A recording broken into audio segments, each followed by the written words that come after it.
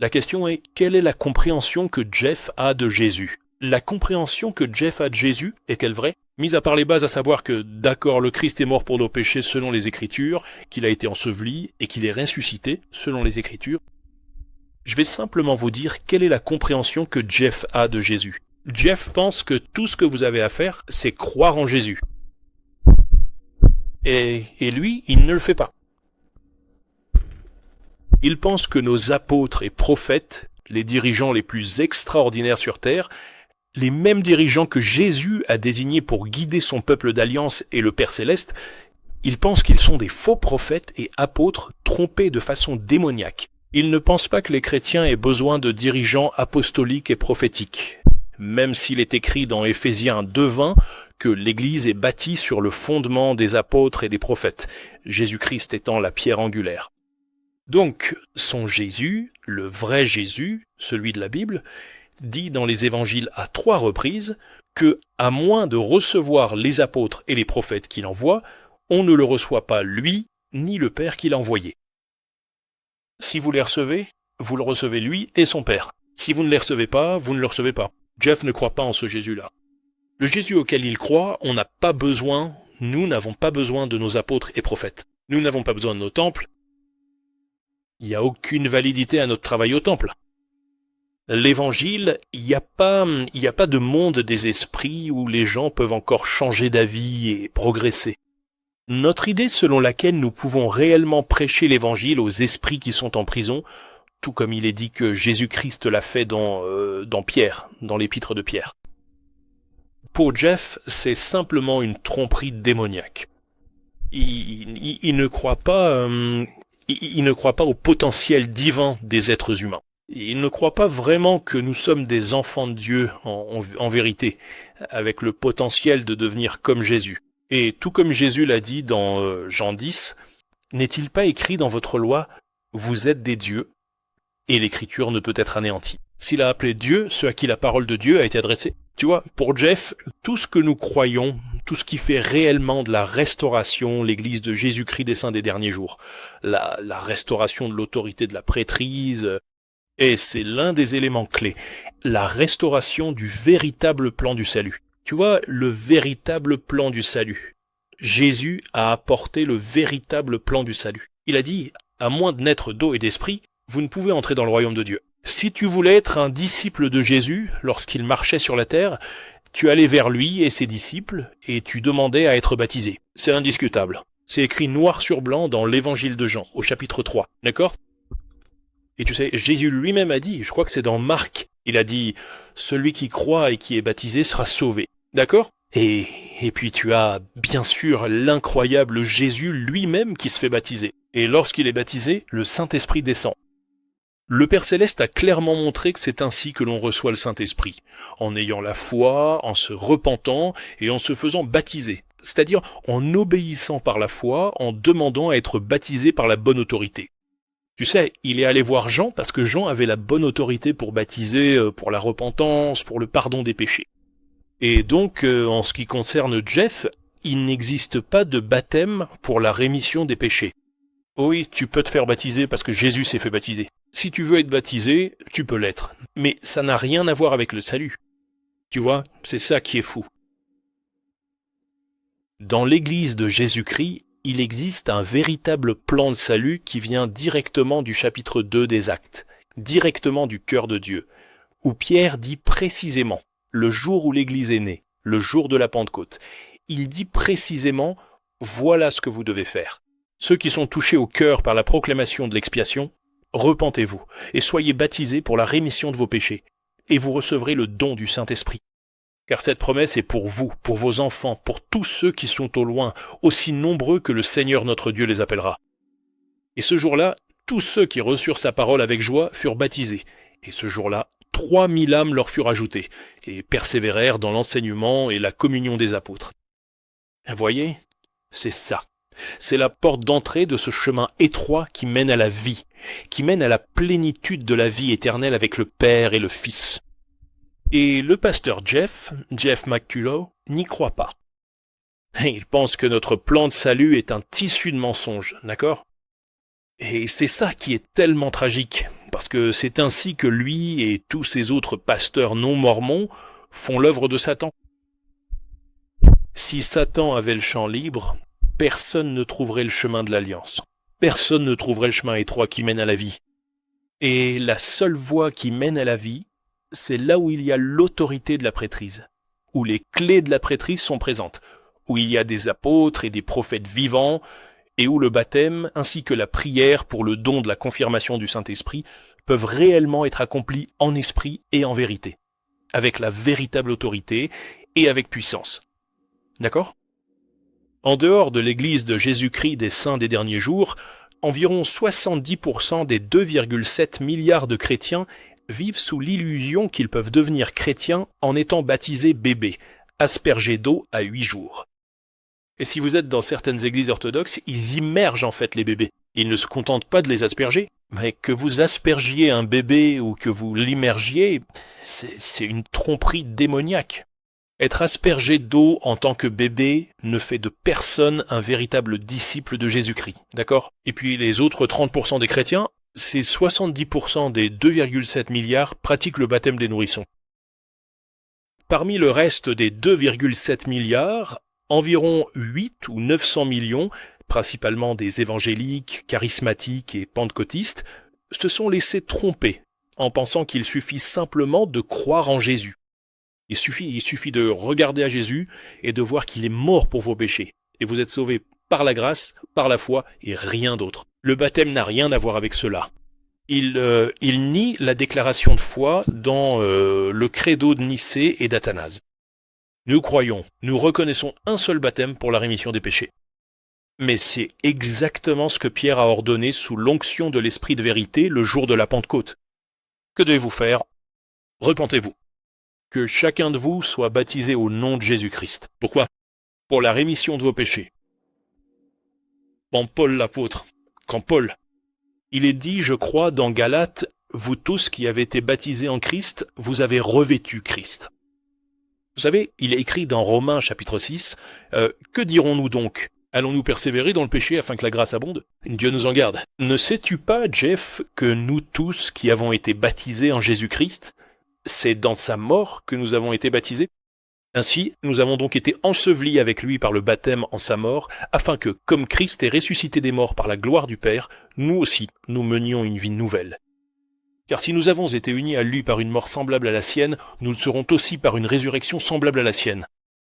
Lorsque Paul lui-même a été terrassé par la puissance du Saint-Esprit sur le chemin de Damas, aveuglé, et qu'il a commencé à recevoir des révélations incroyables, il a entendu Jésus. « Qui es-tu, Seigneur ? » « Je suis Jésus, que tu persécutes. » Pendant 3 jours, il est resté aveugle. Il est conduit, aveugle, jusqu'à Damas, et se retrouve chez Ananias, l'un des disciples là-bas. Et le Père Céleste, par le Saint-Esprit, ordonne à Ananias, après 3 jours, de dire à Paul de se lever, d'être baptisé et de laver ses péchés. D'accord ? Voyez l'idée. Il n'y a absolument rien de plus gratifiant. Il y a 2 choses qui sont absolument l'œuvre du diable, dans lesquelles Jeff est impliqué jusqu'au cou. D'accord ? Et pratiquement tous les autres pasteurs non mormons sont eux aussi impliqués là-dedans jusqu'au cou. La première, c'est la calomnie incessante et l'accusation des frères dont ils sont la voix, celle de Satan, en ne cessant de diaboliser et de présenter comme ténèbres, mensonges et mal. Le seul endroit sur terre où l'esprit de vérité règne, le royaume de Dieu, le pilier et le fondement de la vérité, la ville située sur une colline, la ville qui a des fondations, dont le bâtisseur et le créateur est Dieu. La seule église sur terre qui repose véritablement sur le fondement d'apôtres et de prophètes vivants avec Jésus-Christ comme pierre angulaire. La génération élue, la race royale, la nation sainte de 1 Pierre 2, 9 et 10. Le royaume de Pierre de Daniel 2. C'est l'église de Jésus-Christ des saints des derniers jours, la chose la plus glorieusement belle de toute la terre. Et Jeff, il dit, ça fait 4 ans, rien n'a bougé. Rien n'a bougé. sur le fait de croire que le livre de Mormon est vrai, ou que Joseph Smith est vraiment un prophète, ou que les affirmations de la Restauration ont une quelconque validité, rien n'a bougé. Je n'y crois pas du tout. D'accord ? Ce qu'il dit, c'est « Je crois toujours que tout ça n'est qu'un tissu de mensonges. » Pour moi, ça reste rien d'autre qu'un tissu de mensonges. Je veux juste être très clair sur le fait que ce dans quoi tu es impliqué, pour moi, c'est toujours un tissu de mensonges. Des mensonges démoniaques. D'où viennent tous qui est la source de tous les mensonges ? Satan, d'accord ? Donc, les deux éléments fondamentaux et essentiels, c'est que tu essaies véritablement d'expliquer et de faire prendre conscience à tout le monde que tout ce qu'ils ont absolument à faire, c'est de placer toute leur foi et leur confiance dans le fait que le Christ est mort pour le pardon de leurs péchés. Ils n'ont pas besoin de se repentir et d'être baptisés au nom de Jésus-Christ pour la rémission de leurs péchés, par la bonne autorité, afin de recevoir le don du Saint-Esprit, encore moins d'être ajoutés à un peuple d'alliance fondé sur les apôtres et les prophètes, avec Jésus-Christ comme pierre angulaire, et de persévérer chaque jour dans l'enseignement et la communion des apôtres. Tu vois, pour le pasteur Jeff, tout ça, c'est juste des bêtises. Ce ne sont que des mensonges. C'est juste une histoire de salut par les œuvres que Joseph Smith a inventées. Tu vois, c'est... Et donc, en essayant de retenir les gens, tous ces 2,7 millions de chrétiens non mormons, leurs dirigeants ont tous la même attitude. Ils présentent la seule porte d'entrée vers le vrai salut, la sanctification et l'exaltation, d'une certaine manière. Tu vois, il suffit pas simplement de croire que Jésus est mort pour tes péchés. Il faut l'Église, un baptême autorisé, la repentance, le baptême et la confirmation, recevoir le don du Saint-Esprit et persévérer dans l'enseignement des apôtres, pour qu'une personne puisse accomplir son potentiel divin. On ne peut pas simplement croire en Jésus ou être baptisé bébé. Et donc, ils font absolument l'œuvre du diable en essayant de diaboliser la seule porte d'entrée vers un chemin d'alliance permettant aux gens d'être réellement sauvés, réellement sanctifiés et de vraiment accomplir leur potentiel divin, afin qu'ils puissent entendre ces paroles précieuses. Bien bon et fidèle serviteur, entre dans la joie de ton Seigneur, où ils pourraient vraiment être des vainqueurs qui s'assoient avec Jésus sur son trône, tout comme il a vaincu et s'est assis avec son Père sur son trône, où nous pourrions réellement atteindre la mesure de la stature de la plénitude du Christ, être conformés à l'image du Christ, devenir participants de la nature divine et échapper à la corruption qui est dans le monde à cause de la convoitise. Alors tout ce baptême des enfants et ce discours du genre « Oh, il suffit de demander à Jésus d'entrer dans ton cœur, il suffit de croire en Jésus », tu n'as pas besoin de tout ce reste que ces maudits mormons ont ajouté à l'évangile. Eh bien, tout ce que nous faisons est montré dans la Bible comme étant absolument nécessaire. Et c'est ce qui fait que la véritable Église sur Terre existe avec l'autorité de réellement offrir aux gens un chemin authentique pour accomplir leur destinée en Dieu. Et cela n'existe nulle part ailleurs qu'au sein de l'Église de Jésus-Christ. Donc, en gros, c'est comme ce que Jésus a dit aux pharisiens, ce qu'il a le plus contrarié. Il a dit, écoutez, vous ne voulez pas entrer. Vous ne voulez pas entrer dans le royaume et vous fermez la porte aux autres. Et c'est là où Jeff en est. Il ne veut pas entrer et il continue d'affirmer que, selon lui, tout ce que nous croyons, tout ce qui fait de nous la restauration et la véritable Église de Jésus-Christ sur terre, avec la véritable autorité du royaume de Dieu sur terre, n'est qu'un tissu de mensonges. Tout cela n'est qu'un tissu de mensonges. D'accord. Écoutons-le redire cela. Mais surtout, je vais continuer à chercher à comprendre et à partager ce que je comprends, afin que nous puissions parvenir à une compréhension de Jésus qui soit enracinée dans la vérité. C'est la raison d'être de Hello Saints. Mais surtout, je vais continuer à chercher à comprendre et à partager ce que je comprends, afin que nous puissions parvenir à une compréhension de Jésus qui soit enracinée dans la vérité. C'est la raison d'être de Hello Saints. Absolument. C'est précisément la raison d'être de notre plateforme Hello Saints. C'est simplement ça, c'est ce qu'il fait. Il veut vous transmettre une compréhension de Jésus, sa propre compréhension de Jésus, qu'il croit sincèrement être fondée sur la vérité. Et c'est pour cela que Hello Saints existe. C'est pour ça que tout ce qu'il fait, il le fait pour vous transmettre sa compréhension de Jésus. Et sa compréhension de Jésus, c'est que tout ce que nous croyons qui rend l'expiation de Jésus-Christ efficace dans la vie des êtres humains, tout ce que nous croyons qui apporte réellement la puissance de Jésus-Christ efficace dans la vie des gens, il pense que tout cela n'est qu'un tissu de mensonges. Pour lui, rien n'a changé, d'accord, concernant le livre de Mormon, Joseph Smith ou l'ensemble des affirmations de vérité de la Restauration.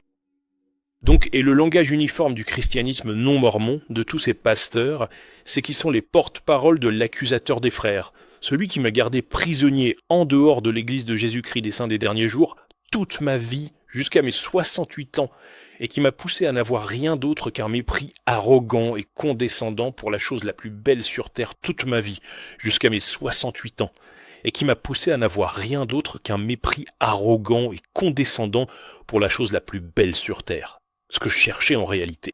Je n'aurais pas pu le voir, pas plus qu'un cochon ne peut voler. J'étais complètement aveuglé à la beauté et à la gloire de l'Église de Jésus-Christ des Saints des Derniers Jours, à cause de ces voix constantes venant du grand et spacieux édifice du monde, mais aussi des 2,7 milliards de chrétiens non mormons, et en particulier de leurs pasteurs et dirigeants. Car ce sont les pasteurs et dirigeants de ces 50 000 groupes et dénominations chrétiennes différents qui nous condamnent tous uniformément. Disons que nous ne sommes même pas des chrétiens. Donc, si tu veux suivre Jésus, n'envisage même pas de regarder de ce côté-là. Ils sont même pas des disciples du Christ. En fait, ils suivent Satan, d'accord ? Voilà le truc. Si Jeff croit encore, comme il l'avoue franchement, que son but est de nous transmettre cette compréhension de Jésus qui est réellement ancrée dans la vérité, d'accord ? Et sa compréhension de Jésus, c'est que tu n'as besoin d'aucune des choses qui rendent réellement l'Église efficace, qui en font le royaume de Dieu, qui en font un lieu où les gens peuvent vraiment accomplir leur potentiel divin en tant que disciples. C'est juste que la calomnie et l'accusation avec Jeff sont subtiles, mais elles sont bel et bien là. Il est du genre, je crois toujours que tout ce dans quoi t'es impliqué n'est qu'un ramassis de mensonges démoniaques. Rien n'a changé du tout. Et vraiment, toute la raison de tout ce que je fais, c'est de t'imposer ma compréhension de Jésus, qui est fondée sur la vérité.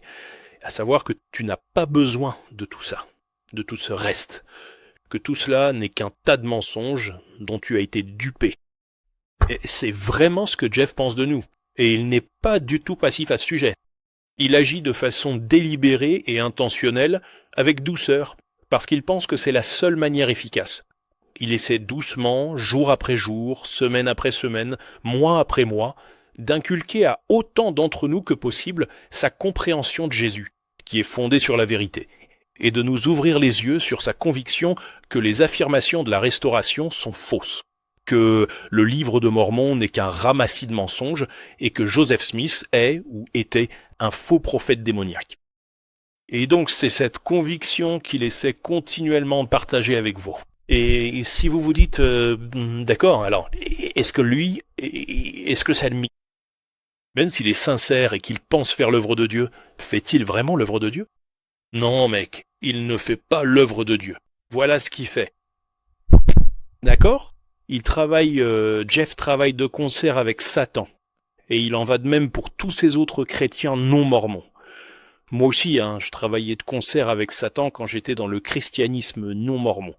Et que je participais à la diabolisation de l'Église de Jésus-Christ des Saints des Derniers Jours. Bref, je pense que je vais m'arrêter là. Il y a encore des choses que je dois dire à ce sujet, mais je vais faire une deuxième partie, probablement lundi, et la poster mardi matin.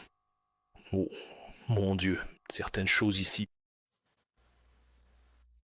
Ouais, ça n'en finit pas. Certaines des choses que l'invité de Jeff dit ici sont dingues, et écoutons juste. Mais elle n'est pas d'un apôtre, c'est celle d'un vrai prophète. Oui, ça vient de John Taylor. C'est bien ça ? Ce n'était pas dans une sorte d'écrit officiel, genre une écriture. Exact. Son Journal of Discourse. On parle de christianisme, mais c'est un ramassis de bêtises. Le diable n'aurait pas pu inventer une meilleure théologie que celle qui est généralement prêchée dans la chrétienté. C'est ce que j'appelle un système tordu, perverti, bâtard. Waouh. Encore une fois, Ben. Un langage vraiment, vraiment dur et direct. Là, il s'agit pas seulement de parler, tu sais, du catholicisme ou de certaines autres choses, mais du système chrétien en général. Est-ce que les mêmes explications s'appliquent aussi à cette déclaration ? La seule raison pour laquelle je pose la question, c'est parce que ça m'amène à un point où j'ai des questions sur la voix prophétique qui existe.